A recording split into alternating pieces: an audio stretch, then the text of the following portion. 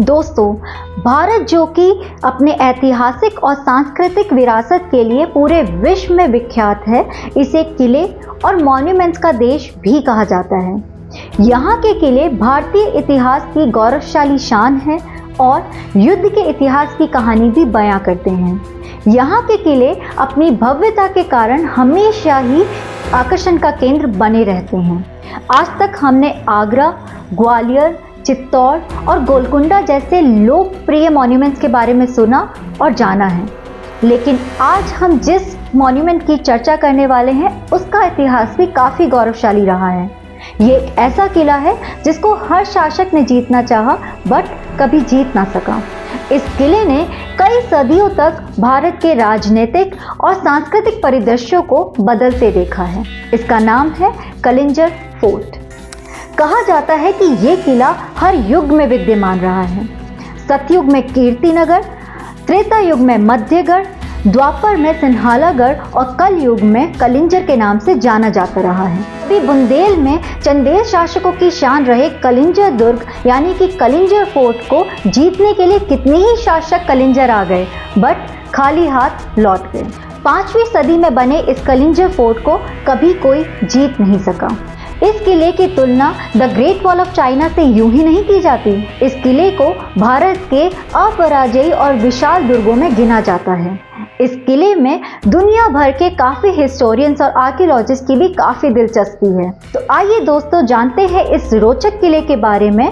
कुछ characteristic features की भी बात करेंगे, साथ ही साथ हम जानेंगे कि कैसे इस किले ने पूरा इतिहास बदल कर रख दिया, और साथ ही साथ हम जानेंगे कि इस किले को मिस्टीरियस फोर्ट क्यों कहा जाता है। तो आइए वीडियो शुरू करते हैं और जानते हैं इसके इतिहास के बारे में। ज्योग्राफिकली कलिंजर आज उत्तर भारत के बांदा डिस्ट्रिक्ट में आता है। डिस्ट्रिक्ट हेडक्वार्टर से 75 किलोमीटर दूर विंध्य पर्वत के 800 फीट पहाड़ी पर बना ये fort world famous tourist destination Khajuraho से 100 किलोमीटर दूर है। इस किले को ख्याति भले ही चंदेल शासन काल में मिली हो, लेकिन कलिंजर का इतिहास हजारों साल पुराना है। ये किला इंडियन हिस्ट्री के हर मेजर पीरियड में उपस्थित रहा और इतिहास में हर घटनाक्रम का प्रत्यक्ष गवाह भी बना रहा। एक किले के रूप में कलिंजर की मौजूदगी का जिक्र वेद पुराण से लेकर महाभारत और महाजनपद कालीन ग्रंथों तक में आता है। लोक कथाओं में दर्ज कहानियों के अनुसार कलिंजर वो स्थान है जहां जाकर भगवान शिव ने सागर मंथन से निकले विष की ज्वाला शांत करी और नीलकंठ कहलाए। इसके साथ ही कलिंजर का जिक्र बुद्धिस्ट लिटरेचर में भी मिलता है। भारत की नालंदा यूनिवर्सिटी और दूसरे हिस्टोरिकल प्लेसेस की यात्रा पर आए फेमस चाइनीज रिसर्चर ह्यूक्सांग ने भी 7th सेंचुरी में अपने डॉक्यूमेंट्स में कलिंजर और खजुराहो का जिक्र किया है। हालांकि कलिंजर फोर्ट के रूप में कब स्टैब्लिश हुआ इसका कोई ऑथेंटिक एविडेंस नहीं मिला है, लेकिन इस किले के आर्कियोलॉजिकल एविडेंसेस गुप्ता पीरियड से मिलना शुरू होते हैं। आर्कियोलॉजिस्ट को वहां से गुप्ता पीरियड के कुछ इंस्क्रिप्शंस यानी कि शिलालेख मिले हैं और आगरा और अवध के डिस्ट्रिक्ट ब्रोशर के अनुसार गुप्ता डायनेस्टी के राजा समुद्रगुप्त ने कलिंजर का किला जीता था। लेकिन father of archaeological survey of India Alexander Cunningham ने अपनी बुक बुंदेलखंड और रीवा 1883 और 84 में दावा किया है कि इस किले का निर्माण करीब 249 AD के आसपास हुआ था। खैर, इतिहास में कलिंजर पर कई राजवंशों का शासन रहा, जिसमें गुप्ता, गुर्जरा प्रतिहारास, छेदीस, चंदेलास, सोलंकीस, मुगल्स और मराठा जैसी शक्तियां शामिल हैं। 9th सेंचुरी से लेकर 13th सेंचुरी के बीच जब चंदेला डायनेस्टी अपने शौर्य और गौरव के चरम पर थी, तब उस समय कलिंजर बुंदेलखंड के हिस्से में आता था।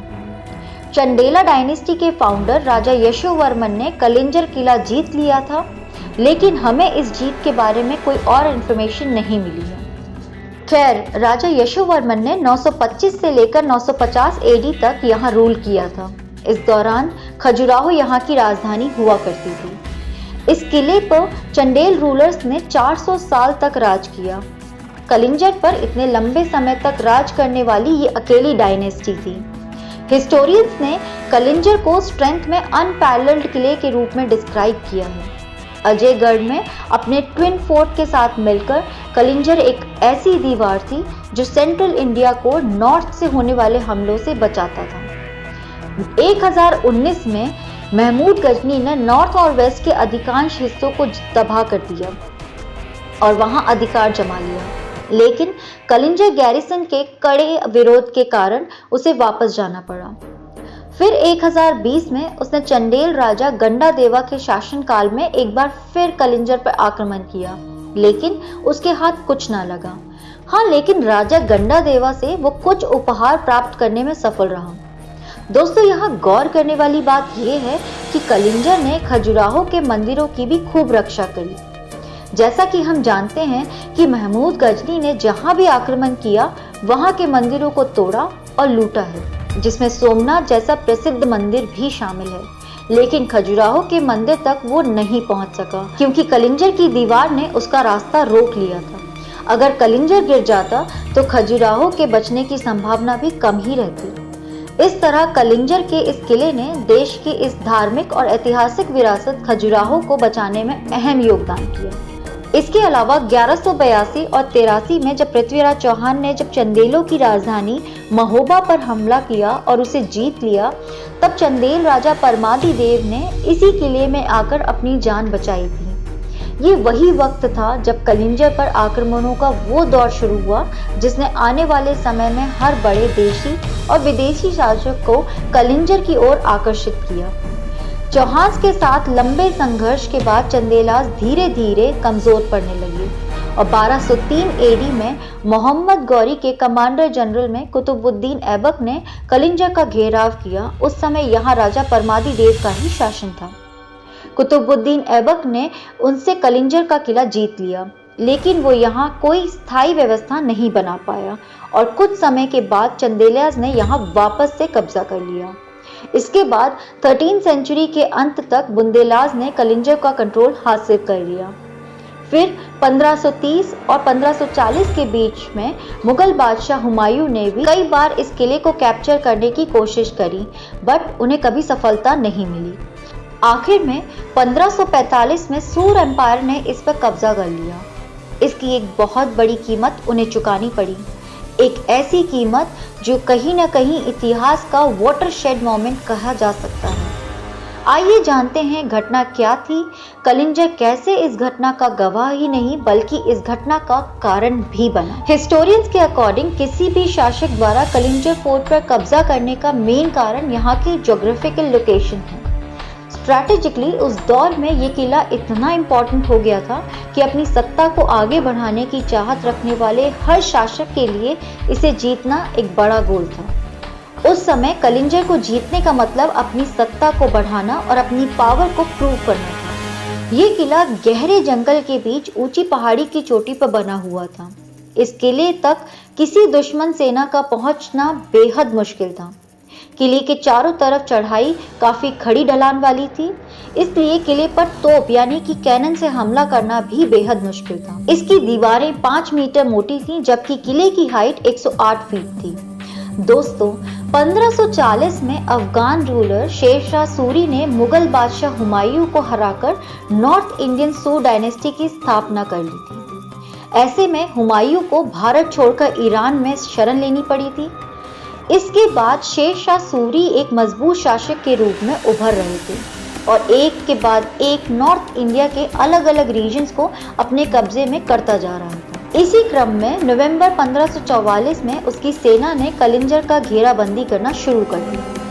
कई महीनों की घेराबंदी के बाद भी जब किले को जीतने में सफलता नहीं मिली, तब 22 मई 1545 को कलिंजर फोर्ट की दीवार को बारूद के गोले से उड़ाने का फैसला किया गया।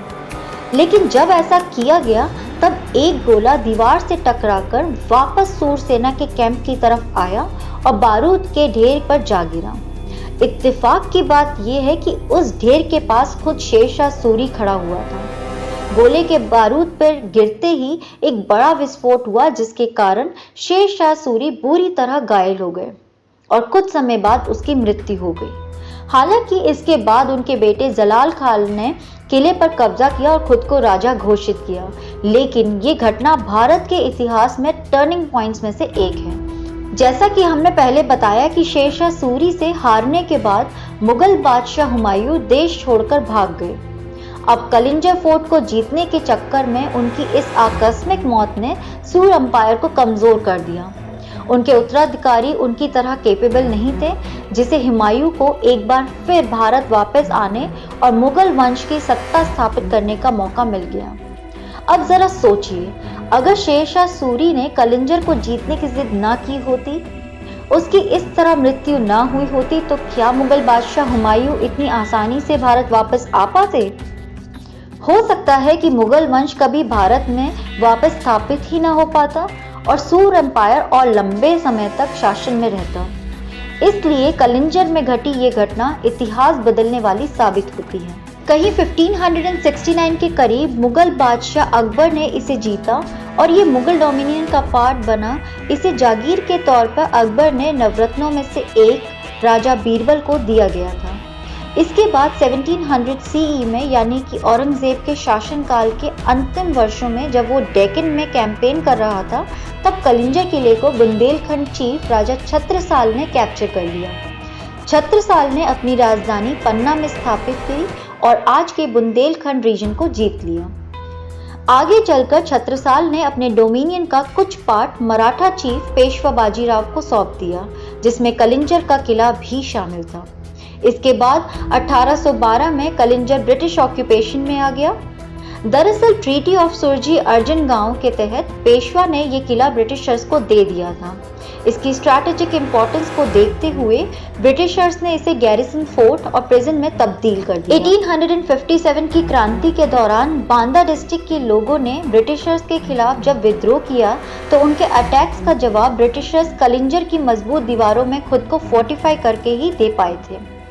विडंबना की बात यह है कि जिस दीवार ने अंग्रेजों की रक्षा करी, 1866 में उसे ही तोड़वा दिया गया। आज़ादी के बाद ये किला भारत सरकार के कंट्रोल में आ गया, जिसके बाद भारत सरकार ने इसे हिस्टोरिकल हेरिटेज के रूप में डिपार्टमेंट ऑफ आर्कियोलॉजिकल सर्वे को सौंप दिया। कलिंजर अपने डिजाइन, आर्किटेक्चर और यहाँ स्थापित नीलकंठ मंदिर के लिए प्रसिद्ध है। आइए इस पर विस्तार से चर्चा करते हैं। कई डायनेस्टी के अंदर रहने के कारण कलिंजर फोर्ट में स्थापत्य कला की कई शैलियां दिखाई देती हैं। इसमें गुप्ता शैली, प्रतिहारा शैली, पंचायतन शैली प्रमुख है। कहा जाता है कि इसे अग्निपुरम बृहद संहिता वास्तु टेक्स्ट के अनुसार बनवाया गया है। इस किले में अनेक मॉन्यूमेंट्स और स्कल्पचर्स भी मिलते हैं।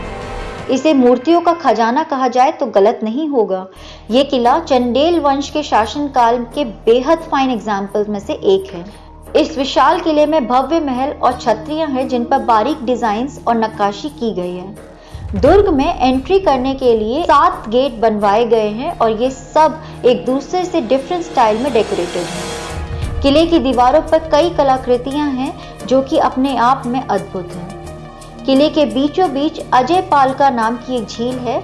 इसके किनारों पर कई एंशिएंट टेम्पल स्थापित हैं। कलिंजर को भगवान शिव का निवास स्थान माना जाता है। इसमें नीलकंठ महादेव का अनोखा मंदिर है, जिसे चंडेला रूलर परमादिदेव ने बनवाया था। मंदिर में 18 भुजाओं वाले भगवान काल भैरव की विशालकाय मूर्ति के अलावा नीले पत्थर के शिवलिंग भी विराजमान है। आइए अब जानते हैं इसकी मिस्ट्री के बारे में। दोस्तों, कहा जाता है कि इस किले में कई मिस्टीरियस केव्स हैं। ये केव्स किले से शुरू होती हैं, बट कहाँ तक जाती हैं ये कोई नहीं जानता।